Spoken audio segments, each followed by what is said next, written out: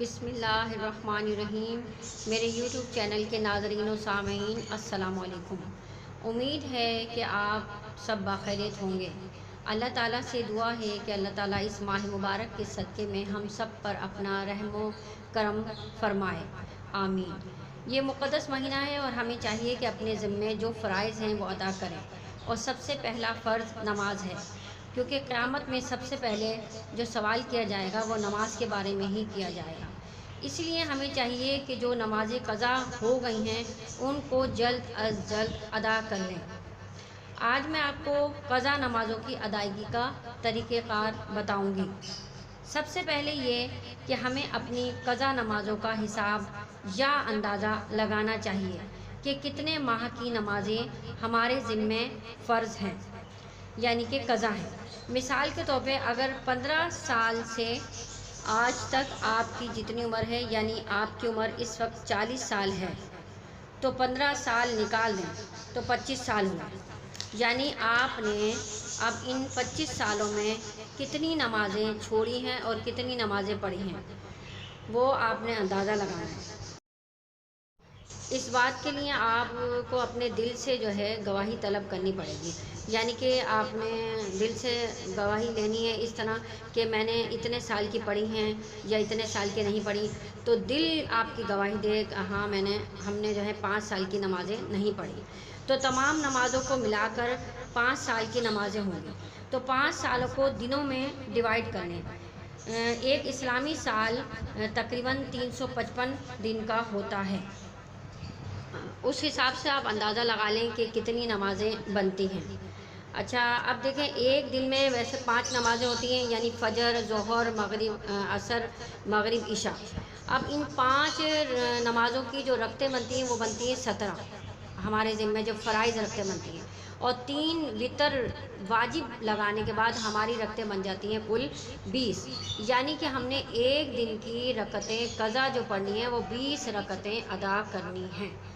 اب یہ سوال کہ کس وقت جو ہے ان نمازوں کو ادا کیا جائے، تو ہر نماز کے ساتھ قضا نماز ادا کی جائے، یعنی اس کا آسان حل یہ ہے کہ ہر نماز کے ساتھ قضا نماز ادا کی جائے۔ مثلا نماز فجر کے ساتھ جو ہے نماز فجر کی قضا، اور اسی طرح نماز ظہر کے ساتھ ظہر کی قضا ادا کر لی جائے، عصر کے ساتھ عصر کی قضا، اس طرح 5 نمازوں کے ساتھ نماز قضا بھی اس کے ساتھ ساتھ ادا کر لی جائیں۔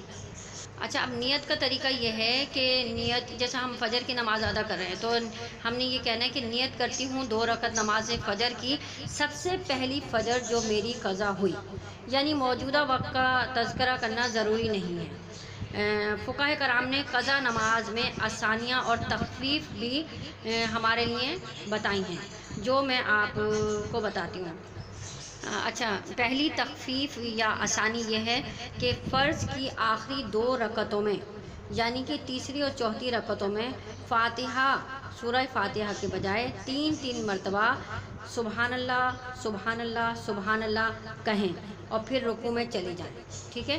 اور دوسری آسانی یہ ہے کہ رکوع میں اور سجود میں جو 3 تسبیحات پڑھی جاتی ہیں تو وہ تسبیحات 3 کی بجائے ہم 1 بار پڑھ لیں۔ پھر اسی طرح وتر میں جو دعائے قنوت پڑھی جاتی ہے تو دعائے قنوت کی بجائے 3 بار رب اغفر لی رب اغفر لی رب اغفر لی پڑھ لیا جائے۔ اور چوتھی آسانی یہ ہے کہ نماز کے آخر میں جو اتحیات کے بعد درود ابراہیمی پڑھا جاتا ہے، تو درود ابراہیمی پڑھ جاتا ہے تو اتحیات کے بعد یہ پڑھ لیں کہ اللہم صلی علی محمد و آلہ۔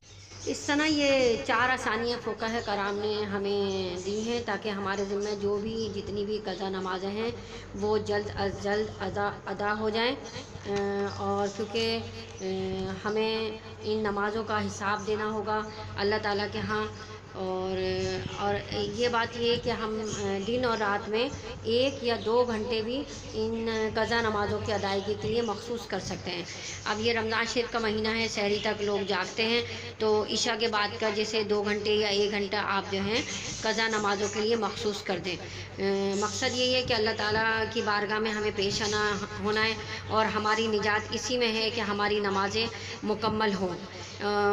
امید ہے کہ آپ کو ہماری یہ اصلاح اسلامی معلومات پسند آئی ہوگی۔ دعا ہے کہ اللہ تعالی ہم سب کو وقت پر نماز ادا کرنے کی توفیق عطا فرمائے، آمین۔ اور دعاؤں کی طلبگار